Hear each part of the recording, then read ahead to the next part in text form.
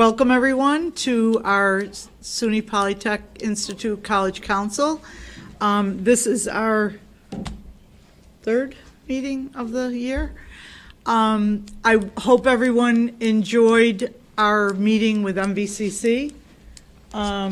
It was, I think, very productive. I want to thank everybody that prepared for it and did the work for us to get there.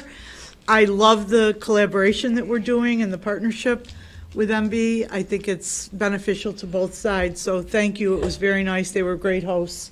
So I'm very pleased with that. Do we have anybody new around the table? I don't think so. Is anybody? No, right? But I welcome the College Council members. And we will do we have a quorum. So we'll do approval of the meeting minutes. You received the minutes of September 18th from Diana. I need a motion to accept the minutes. Bill and Keith. I got my second, too. Any discussion? Any comments? Diana does a great job.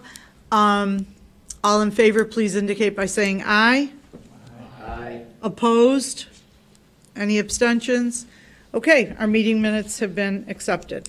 We'll go to the Provost report. Sorry. President's on his way. Yeah. Or we could wait. It's up to you. Up to you. It's just Steve switching it around.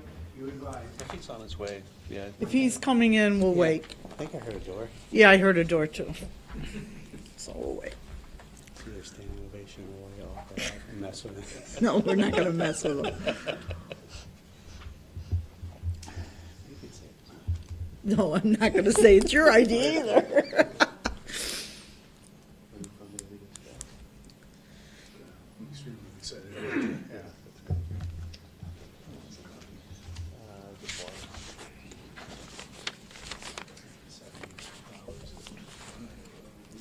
Yep, nice.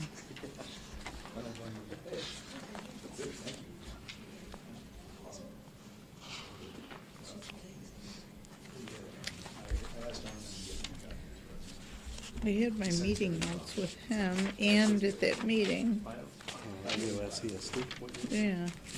I still can't believe that I knew what it was and you guys didn't. I think that was wonderful. I did have a sense on Monday because I met with Lisa. Right, you met with her. But, yeah.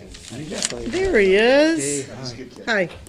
We'll give you a chance to warm up and you're on. Excuse me, everybody, I need to interrupt you. Can you help me with singing Happy Birthday to Roanne, please? Happy birthday to you. Happy birthday to you. Happy birthday, dear Roanne. Happy birthday to you.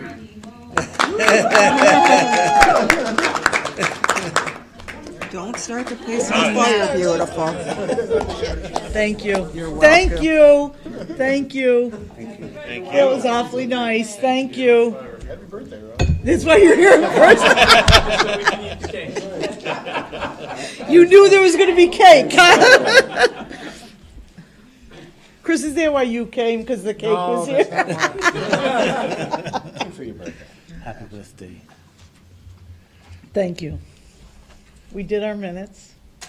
Good. You're the president's report. Thank you. I hope so. Yeah, you are. We waited for you, Thank you. That was very nice. and we had a cake. Well, Thank you. Happy birthday, Ryan. Thank you. Thank you. It's a big one, guys. So, Somebody told me you turned, was it 16? yeah, 16. No, I better be 21 at least. I want to be able to drink. You want a drink? I want to drink. Anyway, welcome everyone. Happy to share with you news about SUNY Poly. I have to confess I'm one of these people who likes the Four Seasons, and I love this beautiful picture of our campus at the start of the year. So We are so glad you like Four Seasons.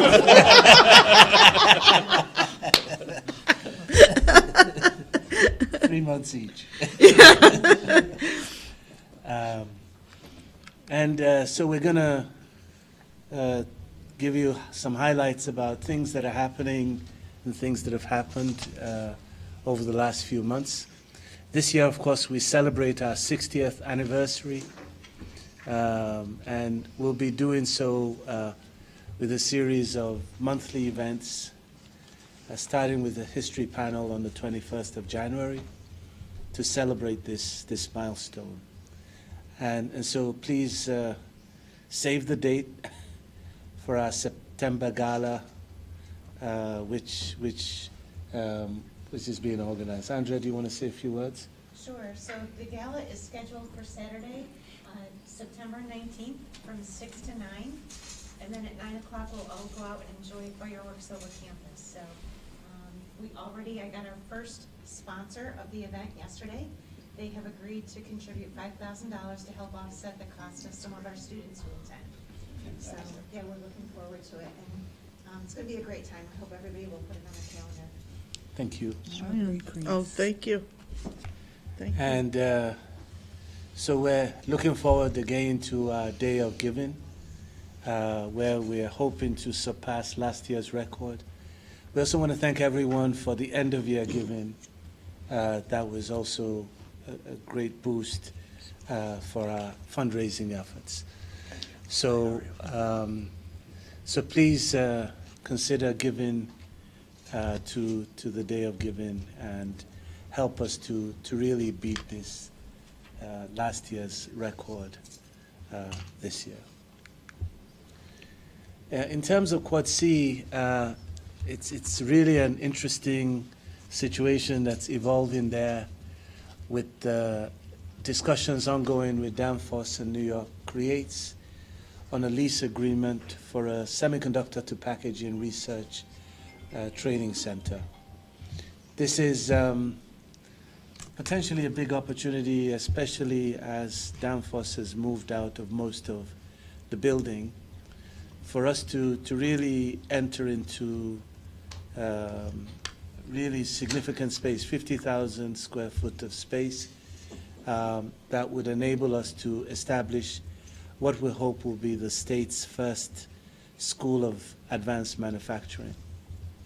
And so we're currently working with a number of the political leaders to really secure this.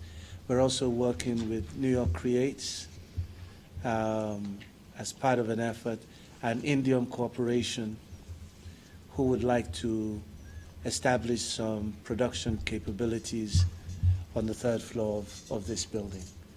So there's more to come, but you could just imagine a school of advanced manufacturing that would really prepare the next generation of leaders, all the way from semiconductor manufacturing to material science and manufacturing to robotics and automation, in ways that I think could really serve the needs of the state. And so we're collaborating with the folks from Empire State Development and all the key stakeholders really in the state to help drive this effort. Wayne, do you want to help capture some of this? I think you covered it. Again, this is, at the moment, it's confidential, but so much of this is grounded in strong government relations and partnership development. What I'm most excited about is the public-private partnership that this reinforces, and that it builds on prior state support that we've received from the governor, from Empire State Development. And then the last piece really is embracing the work that we've all done to strengthen our industry partnerships, because this doesn't work without those industry partners coming to the table and working together with SUNY Poly. So thank you, Wally. Thank you. So I think it was about a year ago, I started talking about this idea of AI for all. And many people on the campus said, AI for all is probably not a description that resonates with everybody. And So eventually, I think it was Steve Schneider and the folks from the AIX Center that said, well, maybe it's AI in action. And so this description, AI in action, has stuck. And it's really looking at SUNY Poly's strategic entry into the world of AI that integrates really artificial intelligence across academics, research, education, workforce development in a truly integrated way. And also kind of builds on our curricula, both at the undergraduate and graduate level, in addition to really introducing AI for workforce development, not just for our own students, but for the community around us. And then in addition to that, building really robust research centers that leverage the interest in the applications of AI in ways that have really started to bring some strength to our 14 research centers. And so part of this process, though, also involves really getting the campus to think together about the future in education, how AI can play a role in teaching and learning. And in fact, just today, we had a really great workshop where the faculty and the staff and a few others from the outside came together to talk about sort of this whole notion of AI in teaching and learning. Andy was the main organizer. Andy, do you want to say a few words? Yeah, so this built on a program that we held last November that AIX co-organized with Human Resources to have, actually in this very room, to have staff members talk about how they use AI. And at the time, it was really striking that I felt that we entered the room as individuals that had different feelings and experiences with AI and left more of a community. We had the same experience today. So a week ago when we opened RSVPs, immediately 20 some odd people said they were going to come, and I thought, wow, that's way more than I thought. By last night, the RSVPs were at 70, which was way, way, way more than I thought, and included faculty from OCC, Onondaga Community College, Utica University, and Mohawk Valley Community College. The faculty who presented were coming from all of our colleges as well as our library around themes of AI literacy and how to responsibly and progressively integrate AI into coursework. So it's really exciting. You know, I think we come out of this event this morning with an even stronger community to think about how we can lead in the applications of AI and how we're seen as a resource in the region and across the state for people who are doers. Not merely thinkers, although there's plenty of thinkers in our group as well, but doers who are equipped to prepare students for whatever's coming next with this fast-moving technology. Yeah. And Question about that. It sounds like a great program and very interesting. I'm just wondering, what is your experience then with the students' level of comfortableness with AI? Good question. I'm just wondering, that age group, do they use it? Do they, for schoolwork, outside of school? What's your impression of how frequently they use it?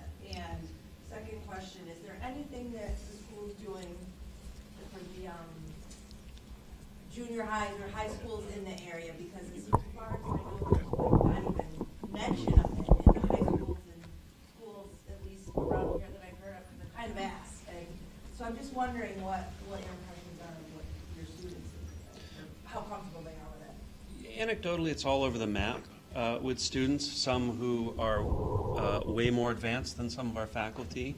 And anecdotally, this semester, the fall semester, we heard of students who resisted or refused to do assignments where that asked them to engage with AI. So this notion of just because someone was born after a certain date, they're either more comfortable or more apt to use digital technologies or the latest technologies wasn't borne out by anecdote. And I'd be interested to ask Saba and Adam their own experiences. But these are empirical questions and not just anecdata. And so we have 3 faculty who have designed a survey. We're going to survey our students based on a survey developed at San Diego State University, so that we can find answers to these questions, and then we can act accordingly, because we can't just assume that we know where students are.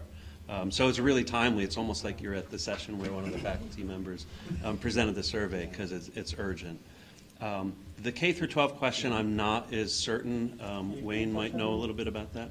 Yeah, so within our Office of Workforce Development, a newly established office, within that, led by Erica Schaaf, we have pre-collegiate K-12 outreach. And the President and I have been talking a lot about workforce development and developing AI modules for industry partners and micro-credentials.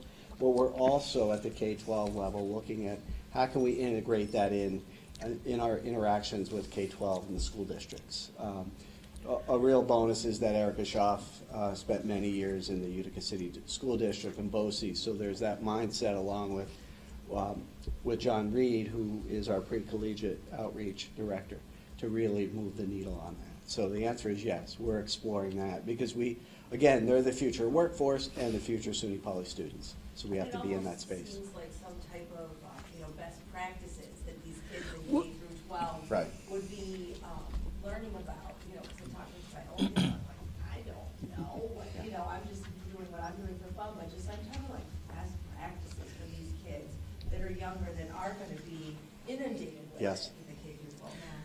So the Association of College Trustees, of which I'm a member and you all are members as college trustees, we have a conference every year, and SUNY System actually presented AI, and they do talk about making sure that there are policies for students and professors, or professors need to have policies that the students can be guided by, because that's an important, because if there's a professor that doesn't want an AI written something, document, then that has to be, out there. The policy has to be there. So I know SUNY System is working on that. And that was a big discussion at our last conference. So it's there, and I think we are doing a great job. So maybe we'll have you present next year. One other thing, when Wayne was talking, I'll pass these around. Actually, can you Sure. take one and pass them down? Sure. Brochure that Wayne's Take put one and together. pass it down. In March, John Reed's hosting an event called AI and the Future of Learning.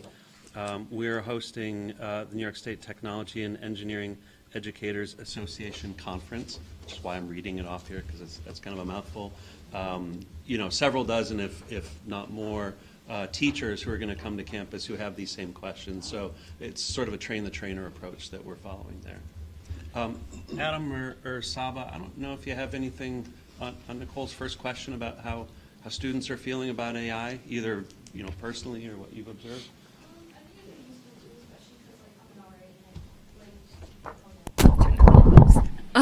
I think it's a useful tool for different metrics, but I try not to rely on it or not use my brain, because I think there's also environmental cautions that people are trying to take, and policy, is this professor okay with it or not? So I just use it as a tool for ideas, but I try to stick to using my own brain, because I feel like AI is pushed everywhere and I want to keep my brain strong. So yeah. So would you say you use it daily? Oh, no. Once a week? Okay. Because since my friend is oh my god, we could just chat this, I'm like, bro, use your brain. I want people to opt to use their brain and just use it to elevate rather than just rely on it. Quick question. I hope this is not too deep in the weeds, but do student papers get run through an AI detector? And I have a follow-up question. Faculty have the option to do that. They have the option. When the papers are submitted, if they have that option and the professors use that option, is there metadata that's included and analyzed in that? Keystrokes, other forms of analysis? That is in the weeds. It depends on how it's set up. Okay. So if the professor sets up the assignment in such a way that enables that, they basically have to create a Word document and put it into our learning management system, and that enables the tracking of those sorts of things. Like, was this all typed within 5 seconds or across 5 hours? that sort of information is available, but it needs to be set up the right way. If a student just turns in a Word document or Google Doc, you can't forensically determine that sort of thing. Thank you. Just real quick, my experience as a professor has been that I've heard from a lot of other people that AI is being used in a lot of classes, including classes where they may not be permissible to use it. In my classes, personally, I make my students handwrite their exams. So I'm super popular because of that. But it's really difficult for them to use AI if they're doing, Mendelian genetics problems by hand or whatever it is. I know of a lot of faculty that are using it too for things as complicated as like writing parts of grants and things like that. So I don't do that personally. I've never actually used AI other than I logged in and played with it for like 5 minutes when it first came out, and then that was it. But nothing wrong with it, just not my thing right yet, I guess anyway. But that's where I've heard from all over the board again about students and about faculty. So to kind of echo what Andy said, yeah. So as you could imagine, this is an area that's generating tremendous interest on campus. And it's also an area where we need to gradually build through some campus engagement, some level of consensus so that we can have the right guidelines, the right policies, and the right framework. But it's an area of tremendous opportunity. So as an example, we formed an AIX Center about a year or two ago, and that center has now received funding along with other faculty of $5 million, right? In our first really large DoD contract.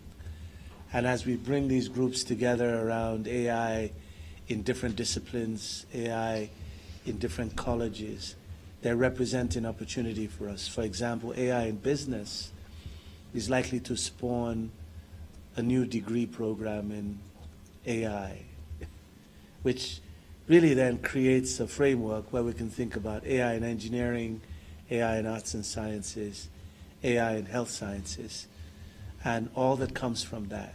And then beyond that, we want to connect this to the community. And so we want to organize different short courses where people in the community that want to build competence in different areas of AI can come and learn from some of the tools that we're doing to serve our own staff and our own faculty through the efforts of Michelle Kilburn and her team. So this is an area where we feel we as a university can really serve the community and can be a center for thinking about ethics around AI and a thought center. And really, I have to say, when I saw today just the mix of folks and the nature of the conversation and how to make sure you maintain critical thinking in how we teach with AI and how we learn with AI, I realized that we're at the beginning of a process that I think could really catalyze our development further in this area. And talking about the DoD fund, it's official. Our first really large DoD grant is coming to SUNY Poly. And I really must thank the whole team, but Wayne for navigating through all the complexities of Congress and the Senate and all the reps that we had to bring together. And just this afternoon, we found out we're going to get most likely another $1 million for work that we're doing on advanced materials and manufacturing, which is, again, the beginning of another sequence.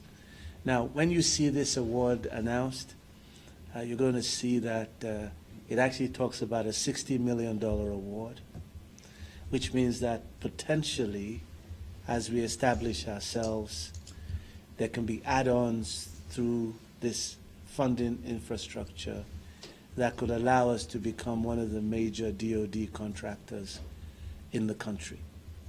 So it's very exciting to see how this notion of bringing together people across different disciplines really builds unique strengths at SUNY Poly and also to see how a number of our campus leaders, people like Bill Thistleton, who have this very open approach to bringing people together, can really lead teams that really are teams that are going to define national leadership in this area. In this case, we're partnering with the University of South Florida.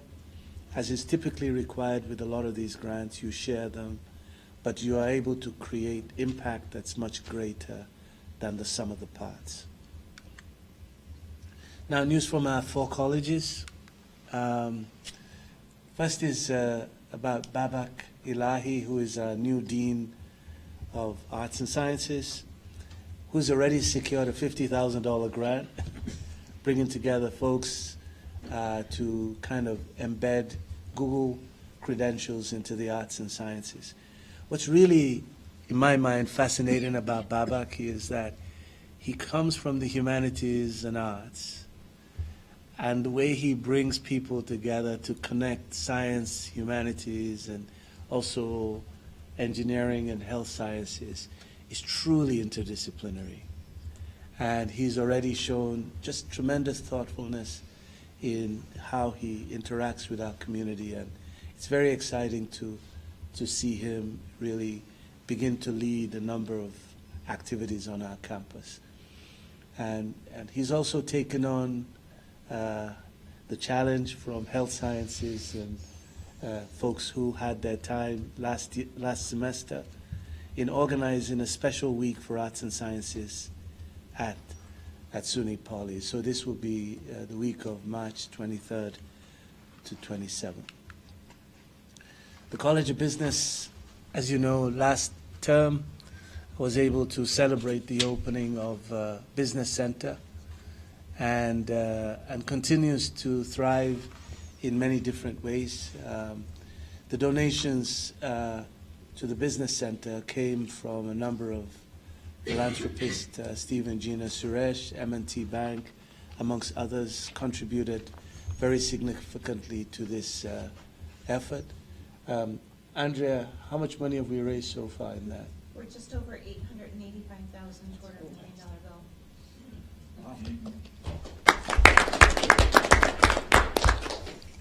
And so we're now in the process of trying to really see how we can use those resources to promote the student engagement in a business mindset and entrepreneurial mindset. And so we're planning to give out at least 20 business seeds to SUNY Poly students that want to establish their own businesses, leveraging their own ideas and interdisciplinary team. And we're also going to give out another 20 seeds to students that want to use fintech of various types to create new ventures. And the whole notion is for the campus to become essentially an incubator, where students with good ideas can go into our maker space, play with their ideas in teams, and as they begin to develop those, get mentored by our alums and our faculty and staff to develop and register their businesses. We then connect them to funding that can really look at our area in this Oneida County domain and begin to think about how we locate and incubate those businesses in our community, starting with the Thinkubator, but not limiting ourselves to that, but really seeing this environment as a place that's really enabling young folks like Noah and others to really explore their ideas while still within the domains of our campus. So there's more to come. We hope that a lot of you will volunteer to help advise them and interact with our students as we build these ideas in the future. Would you just explain fintech for those who don't know what fintech is? Fintech is a lot of sort of financial technology-based instruments for creating value. And so there are, lots of cryptocurrencies are examples of fintech, but there are many other examples where you create these financial instruments for creating value in ways that allow students with a tech instinct to connect to new opportunities.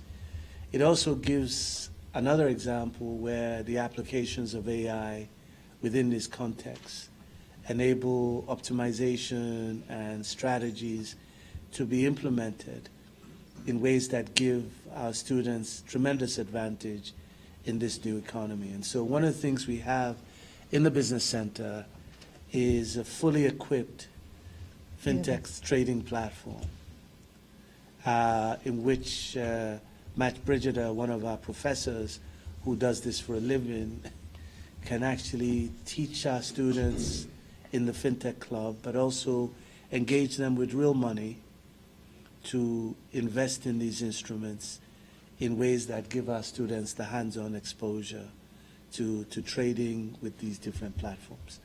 So it's an area where many new companies are being started, and people are succeeding, in very, very significant ways. So we're very excited about having this. And what we really would love to see this next term will be a lot of those students with those small grants that we're going to give them coming around a makerspace to think about different things they want to do, going upstairs to the Business Center to use those trading portfolios, trading instruments, to really do things that expose them to this new way. And then in the College of Engineering, the Wing Center, which is a center that's led by Arjun Singh, welcomed a really high-quality team that included representatives of the National Science Foundation and folks from across 15 research groups across the country.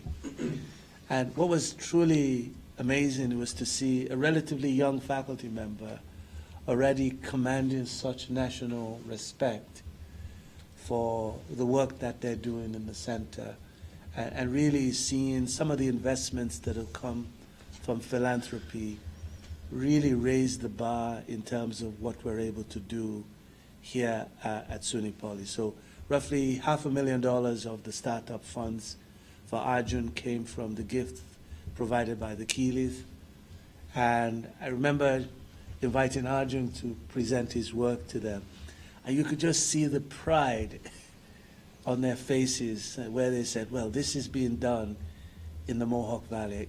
They just can't believe that's the quality of work, the patent applications, and all the outcomes that are coming from this. And so we're very excited about this.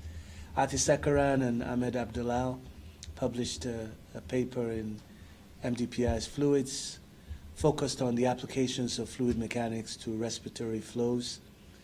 And so, as you see, faculty are not afraid to really explore the frontiers and the applications of engineering principles in ways that continue to represent the hallmark of a SUNY Poly education. The Engineering Week this term is scheduled for the 23rd to the 27th of February. I've sort of teasing the deans to wonder if any of them will do as well as the teams that went last semester. And then in the College of Health Sciences, we had a very special white coat ceremony. Great coverage, It too. was wonderful. I have to say, I came to play a small role in the whole thing, but it was truly wonderful to see this transition into true clinical part of the nursing education. And it was great to see one of our alums come back and give a great keynote as part of this, and just to see the rising tide for our College of Health Sciences, and now the newly established School of Nursing thriving the way that it is. This was a picture that we took during that really marvelous ceremony.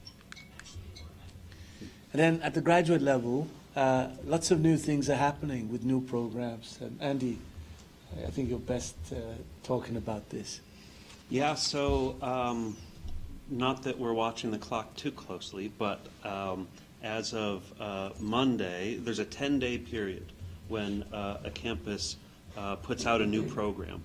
And last Friday, SUNY announced our intent to propose a PhD in engineering right here on the Utica campus. the first PhD based in Utica. And so now we have 10 days for other campuses to register comments, including complaints. objections. And so, Diana and my assistant Amber are monitoring our email very closely. Haven't heard a whisper so far. So by close of business Monday, if we don't hear anything, then we've got the green light to proceed with our full proposal, which then needs to be approved by SUNY.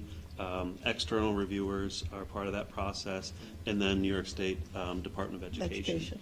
So that's the flagship, but behind that, Carly Phipps, who's our Associate Provost for Academics, is shepherding a dozen or more programs through the same process, from bachelor's programs in physics, one coming in data science and AI, master's programs. The master's in civil is approved, mechanical is at state ed. We have masters in electrical, material science and engineering, and others that are going through the process. So it's a really vibrant time for us. It's really interesting in the same way that Wally was talking about a competition amongst the deans for the best themed week. There's a little bit of a horse race, too, to see which programs can get done the quickest, which departments can react the quickest, because once those programs are through, then we can start enrolling students, and faculty are really, really excited about it. What's the turnaround time on something like that? Just generally, is it months? Is it a year? Start to finish, I'd say a year and a half to 2 years. Multiple levels of review. Sometimes when it On the comes back to doctorate, campus. yeah. On any new On any program, new program. from a bachelor's to a master's to a doctorate. Yeah, it takes you. a while. Yeah, That's exciting. yeah, thank you. It's very exciting, if you look back on some of our programs, this is very exciting. No, it's a great time, and especially the transition we're making between now and next August. Next August, we'll have at least, I think, 3 master's programs, and then we'll be recruiting for PhD students. That I think will happen within a year or so of that. So that sets us on a cadence in which we've got this gradual growth of the master's programs, followed by the PhD in engineering. We already have a Doctor of Nursing, and we're building a niche in an area in which the kind of applied research that we're doing is really well suited for today's environment. The other thing which is interesting is the combination of that with innovation and the transition to industry also gives us a purpose that's really important, especially at this time. So many of the universities that didn't build all those pieces in those ways that I've described are really struggling. Whereas us starting late, but we have that opportunity to package things differently, pointing all of these things into workforce development, job creation, economic development, in a way that's driven by the combination of theory and practice. So it's a tremendous time for our programs. It's great to see just the wonderful work that's going on. Many of you know Carly Phipps. She keeps quiet, but she certainly works hard. And Andy, of course, and his team, the deans, are doing a marvelous job to really bring all of this together. Now, in terms of community collaborations and new partnerships, one of the most exciting things that happened last term was the bringing together, of MMRI, the Wynn Hospital, and SUNY Poly into really a new collaborative. And it's a new collaborative that establishes within our domain here a biotech collective that allows us to go from basic applied research to clinical practice in an integrated way that connects science, technology, and innovation across all these 3 institutions. So what we now have is a situation where we can do basic and applied work here at MMRI. We can do clinical trials at the Wynn Hospital. We can also find out more about the real problems that they have in the hospital settings, in both home care and hospital setting scenarios, and then figure out how we bridge the classroom, the lab, and research opportunities through well-identified and well-coordinated initiatives. And so within this context, we're looking at opportunities to apply AI, opportunities to apply robotics, and we're also extending our interactions with other hospitals. And so we're talking to folks at Rome Hospital and some of the other nearby hospitals, and we're really tapping into the interests that the students have in multiple disciplines. And so we're very excited about this, and we're meeting with our colleagues to really plan the engagement and make sure we invest in this as we enter into this new phase. And so you'll be seeing workshops organized, you'll be seeing more of the outputs that come from this effort in the months ahead. Then in terms of the path to poly, unfortunately I wasn't able to join the last meeting, but it's really amazing just to see how much progress we've made in our collaboration with Mohawk Valley Community College. It was such a beautiful winter day. Always is. I'm so Always sorry. is. It always is. I'm so sorry I A missed beautiful this winter day. day. Sorry. But no. But a lot of progress really on multiple levels. And did you want to say a few words? Or Wayne as well? You know, I'll just touch on briefly. I mean, these 10 action items, they were probably, half of these were on the plate when we met with the MVCC leadership team earlier that morning. So, and the only reason I share that story is it just shows you the engagement that our collective leadership teams have together, how closely we're working, and how much we want to strategize together. So again, if you recall, a year ago, we did the same thing. We identified 10 action items where we could really sink our teeth in over the next year. As you could see here, and I'm not going to go through them all, we're really sinking our teeth into how not only can we elevate the partnership, but how can we move together to advance our student success? And that's really what it's about. If you look at every one of these, you see a lot of emphasis on the student, the traditional student, the non-traditional student who's in the workforce already. And so that's what I would emphasize, just the growing relationship of the leadership teams and the work we're trying to do to increase enrollment, increase student success, and further our impact within the Mohawk Valley community. And what's great about this is that the students from Mohawk Valley Community College that come here really thrive. They have on average GPAs over 3, and they really thrive. And I think part of the reason is the connections are made early and the pathways are carefully managed, one student at a time. And this, I think, is a good model for how to build our relationships. And we're trying to expand carefully through the path through Poly, you know, to Herkimer Community College and others around here. Onondaga Community College is also part of this. And there's a fourth one, right, which is Hudson Valley? Hudson Valley. So that's what we can manage for now, but it's really helping our overall enrollment in transfers and just the viability of our campus. Now, one of the most challenging parts of last term was the student suicide, and when this happened, it really challenged us in a couple of ways. By the way, the biggest challenge was to avoid contagion. And what can happen under these situations is if you over-respond in giving visibility to the person, then other students begin to ideate suicide. And this can be very, very challenging.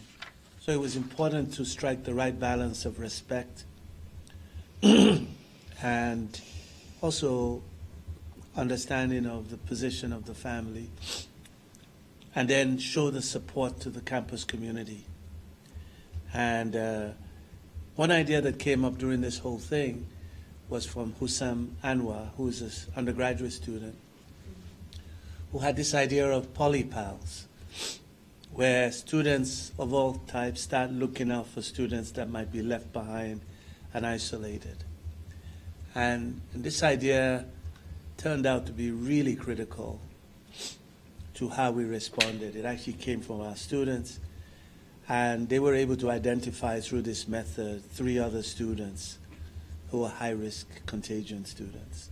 Those students were supported and nurtured back and are now fine.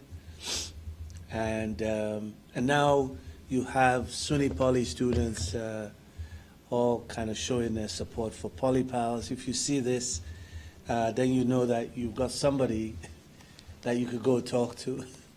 So I myself wear this. So far, they still haven't come and talked to me. Nobody's talked to you. I wonder what's going on. But any one of us that wants to show openness to being someone that you can trust, that you can talk to, wears one of these. And I'm really so proud of our students for coming up with this idea. And I have to tell you, it was one of the critical parts of how we responded to what could have been an even more challenging term. So all credit to Hussam Anwar. In terms of Research and Innovation Week, we had a really, really great Research and Innovation Week where we celebrated all sorts of exciting examples of research and innovation that's going on in our campus. And so Mike Carpenter and Susan Head really, I think, brought many great groups together. Here you're seeing some of the folks that competed in the research and innovation competition.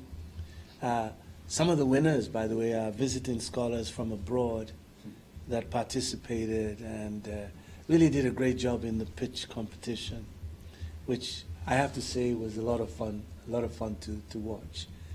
And we're just showing a few pictures of some of the faculty, including some of our sort of senior and junior faculty that really came together to enrich the interactions with the students. And then, again, another memorable event from last term was the beginning of the Steve DeMeo Speaker Series. As you know, Steve was a great visionary that really did a lot to enable the development of our region. And I still remember, after just a week or so here at SUNY Poly, getting an invitation from Steve, to have lunch. And he shared with me his passion and his vision for development and the role that SUNY Poly had to play. And I can think of no better way to honor him and his legacy than this speaker series that was just started. Andy, do you want to say a few words? Yeah, it was a real team effort to bring it together. Andrea was a big driver on our side, along with Mark Baracco and, of course, Shauna Papal at EDGE. I think together we sensed an opportunity for thought leadership here.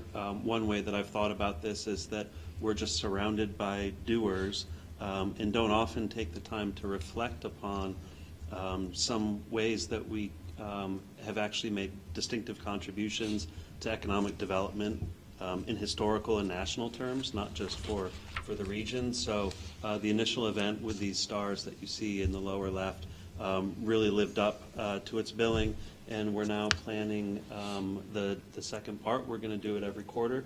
We're going to host it here at SUNY Poly, which is really important for us to be at the center of these conversations about how to move the Valley forward and how to do it in a way that honors Steve, in a way that I'm sure he would appreciate. Will you let us know once those dates are set? We will. Andrea, did we nail that down for? Yeah, We do, March 25th. 99% confirmed for March 25th. Yep. And do we have speakers confirmed? Those aren't confirmed Not yet, quite there but yet, we're looking yeah. at high school. College? College. Yeah, higher ed, Yep. yeah. so university presidents from the area, to talk about how we can continue our collaborations together. And it's in the evening, so we hope you'll join us. Fantastic. Yeah, networking reception before, which, is usually just as fun as the event. So in terms of upcoming events, history panel for the 60th anniversary on the 21st of January, Engineering Week in February, along with the Career Fair Expo in February, then the Leadership Summit, which promises to be a lot of fun, I think, in March, and then the College of Arts and Sciences Week in March. And please save the date for the commencement ceremonies in May. Already, wow, It's unbelievable. it's unbelievable. It's unbelievable. It's going so quickly. So thank you so much for your support. I think I really want to give a lot of credit to the team and just the tremendous work that's been going on at all levels. And, as it says there, let's continue to lead together. Thank you. Thank you. Thank you. Any questions? Or Any questions or comments? We welcome them. As you can see, our campus is moving forward. Okay, Andy. I'm up. You're Okay. up. Just a few things that I wanted to be sure to bring to the council's attention as we keep the academic enterprise moving. A lot of numbers here. The best way to read this chart is to think of the top row as undergraduate and the bottom 3 rows as graduate. So I'll talk about undergraduate first. Thanks to the leadership of Alicia Foster, who's Associate Provost for Enrollment Management, we're experiencing continued strength in enrollment. This is for spring 2026 semester, which starts on Tuesday. So as you can see, our transfer numbers continue to climb from their impressive rate last year. The story at the graduate level is different and is more sobering. Really 2 things to note. One is the international applications being down. That mirrors national trends that for anyone following the news isn't surprising. Certainly we have a lot in common with our peer institutions and in SUNY and in the private sector. What this means is intensified competition for graduate students. So we are retooling in some ways to focus more of our marketing and recruitment efforts on domestic students.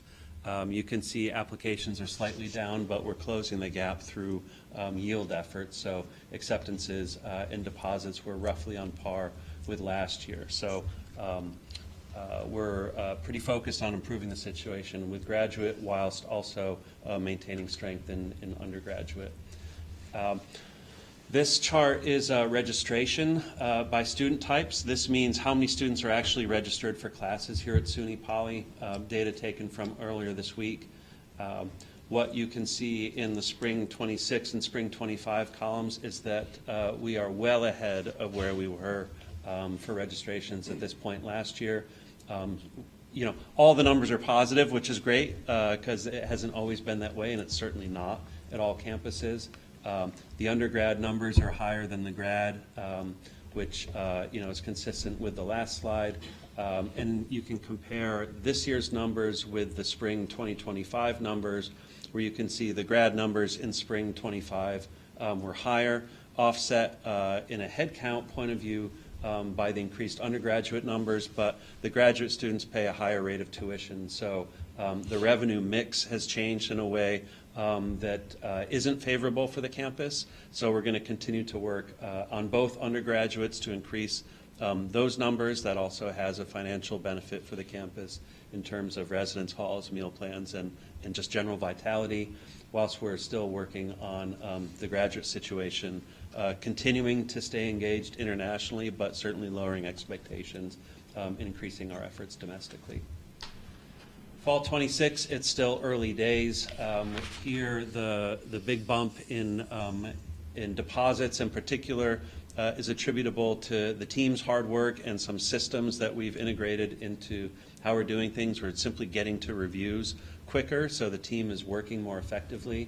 And the first, from a student's point of view, the first acceptance you get is more likely to be the place where you opt to attend. So we're optimistic that the efficiency of that office is going to lead to more deposits, more revenue for us.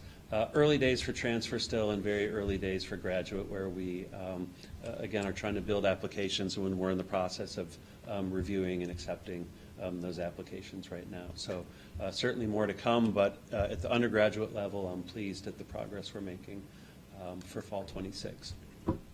Now, once the students come, how do we ensure that they succeed?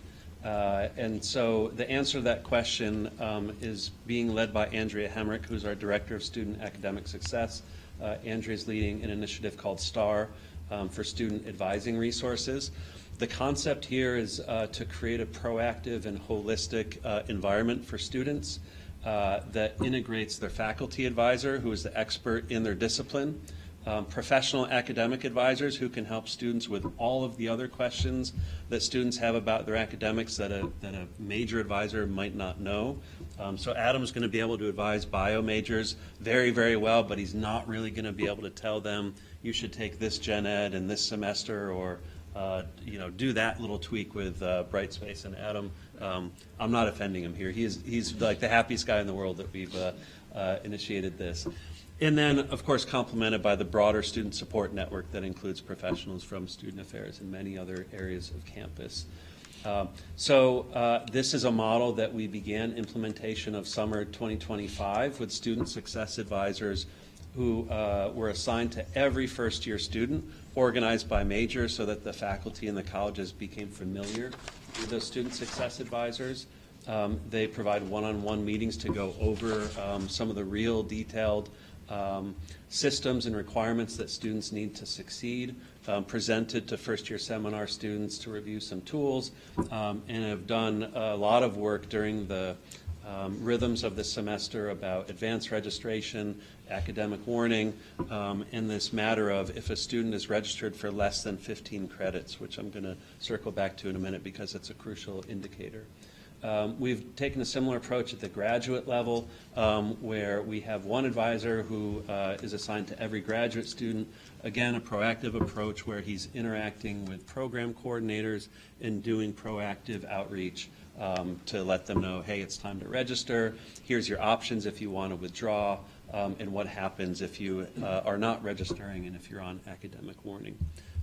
These are to complement and in some ways have learned from the Advancing Completion Through Engagement Initiative, or ACE. It's a program that Chancellor King and Governor Hochul have promoted and backed with significant investment expanded throughout the system. So at SUNY Poly here, we grew that program from 150 students to 250 students in fall 2025, and we are at capacity, and we are meeting or exceeding the metrics that SUNY expects from campuses in this program, such as the amount of engagements that students have with extracurriculars, meeting with their advisors, and so on. Can I just say something? Yes.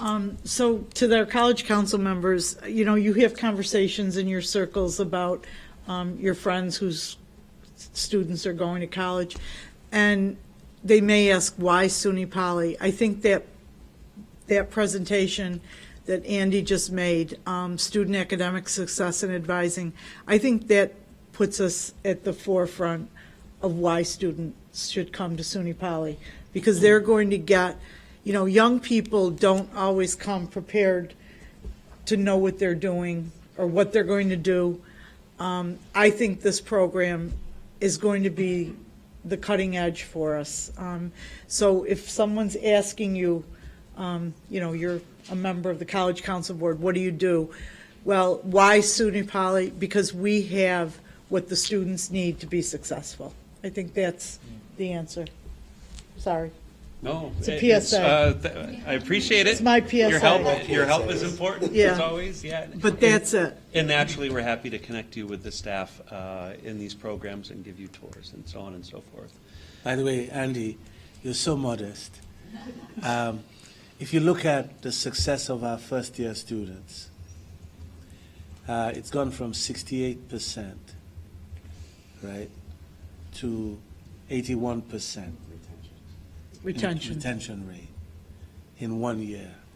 That's truly tremendous. And it just shows how these kinds of activities are really helping to enable more of our students to be successful. And because my middle name is Oliver, I'm already dreaming about 90%. Right? But that's crazy. By the way. But it's just tremendous. It basically, and if you look at, persistence rates and all those numbers are up, and they're due to the kind of programs Andy's just described and the kind of investments that are being made in the success of our students. Whenever someone does decide to leave, they get a survey, an exit survey, fill out the survey. A number of people on the team get it, and we read every single one and take them all very seriously because we want to know. In some cases, students leave because they've got a better option or their dream was to do something different. That's fine. We'll support them with that. But if there's something that we can do to make their experience here better, I really want to know about it. So. And I guess the other thing I want to add too is that it's a team effort. It's everyone on this senior executive team that puts that special sauce into our students. That's right. So this approach that we've been taking for the last few years pairs really well with an initiative that Chancellor King rolled out over the summer that's really important to him, that they're calling academic momentum, or ACMO, as the lingo that they invented goes. So this is an initiative, a campaign to improve retention and completion for undergraduate students. SUNY has set system goals and sort of backwards from there set campus level goals to monitor credit accumulation, the completion of some critical courses that are sometimes gateway courses or stopping courses, to ensure that students have degree maps, to ensure that staff and faculty are intervening in a timely way, and to monitor these, because all of these things are quantifiable. So dashboards are important. So through this academic momentum campaign, there are 6 broad goals. Fall-to-fall retention is something that you just heard Wally describe. It's really important for students to complete 30 or more credits in their first year. This is essential for eligibility for the Excelsior Scholarship for those who have it. But research also shows that if students slip behind, they're highly unlikely to make it to 124 credits after 4 years. So that's a metric we'll track closely. The Gateway English and Gateway Math courses, at a polytechnic, it's math in particular, that if a student doesn't complete that in their first year, they're not going to be able to go on to the courses in their major. So how do we ensure that students succeed there? FAFSA completion speaks for itself, not only for first-year students, but for transfer and continuing students. And then the graduation rates are the most frustrating metrics in higher ed. We're going to start tracking with the incoming class of 2026, and we won't know if we're successful until May of 2030 or May of 2032. So, but if we do all of these things right, then those numbers will go up. So just a few other things to mention from academic affairs. We talked about AI in action, where it's a 3-part focus on curriculum, research and innovation, and workforce development. And many thanks to Wayne's team, Aaron Bushinger in particular, and Mike DeChico for developing this brochure that I think really puts our efforts in a positive light. It is really important to me to continue collaboration with faculty governance, and we're going to hear from Professor McLean in a minute. The agenda for this semester includes the usual mix of policies, some tweaks to curriculum driven by faculty, and planning, including strategic planning for the future of SUNY Poly. I talked a little bit about program development, and I mentioned the PhD in engineering, multiple master's programs, too many for me to remember, as well as bachelor's programs, and some really interesting minors. One that's already approved in AI and machine learning, more minors in AI in engineering coming out of the College of Engineering, AI in society coming out of the College of Arts and Sciences, and Wally mentioned AI in business. Minor in public health has already been approved, and we're at an advanced stage of ideating a minor in sports engineering. I taught a section of first-year seminar in the spring on technology in sports, and this issue is so compelling for students, both for student athletes and for students who just love sports and they're techie-minded, or they follow the analytics. And it's just a really rich topic, and our campus is really well positioned to. So are the Bills going to win? I'll have to check the model. My kids sure hope so. I'll tell you that much. Me too. And this is, probably the most important thing that I and the deans and the faculty do, which is to recruit faculty. We have 17 or 18 searches for faculty, some replacements, some new faculty in the disciplines that you see there. The calls have already started about, getting candidates to campus, and we're competing, of course, in a national and international market for great faculty. We've had really good hiring campaigns the last few years, and we're working really well together, of course, with Michelle's team to bring great candidates to campus, and not just give them our best, but to make sure that they're giving us their best as well. Yeah. Last thing I've got is experiential learning in collaboration with Erica Schaaf, our new senior director in the Office of Workforce Development, to increase the number of internships and what SUNY refers to as high impact practices, so that students are not only ready to work the day they graduate, but already have some engagement with external partners as part of their time here at SUNY Poly. So that's the agenda for Thank spring. you. Thank you very much. Thank you very much, Andy. You're welcome. Any questions? Comments? Okay. Mr. McLean, Professor McLean? Dr. McLean? Whatever you you wanna like. be referred- Whatever you like. It's okay with me. Yeah, Adam. Adam is good. Adam, do you want to for that? For those of y'all, I think everybody knows me. If you don't, I'm the chair of the Faculty Assembly, Faculty Senate, and as such, I'm the governance representative from the faculty, and I sit on this body by virtue of that office. I wasn't here in the fall semester because these meetings were scheduled during a time block when I was teaching, so I was sending various proxies like Ron Sarner to attend these meetings in my place, so hopefully Yes. that went all right. I don't generally talk a lot about, because faculty research is so diverse and faculty teaching is so diverse in so many different ways, it's difficult to point to one thing here, one thing there, and also these guys already covered a lot of what I was going to mention, like things like the faculty searches coming up and all that. One thing that might be of interest is at the end of the year, we're going to be electing a new senator to the SUNY System Senate, the University Faculty Senate. Fran Reed is not seeking a second term, so we're looking for a new faculty member, preferably somebody who's a little further along in their career, to serve in that role, which is an important voice for us to have in the SUNY system-wide Senate. We will fill it. There'll be somebody that wants to do it.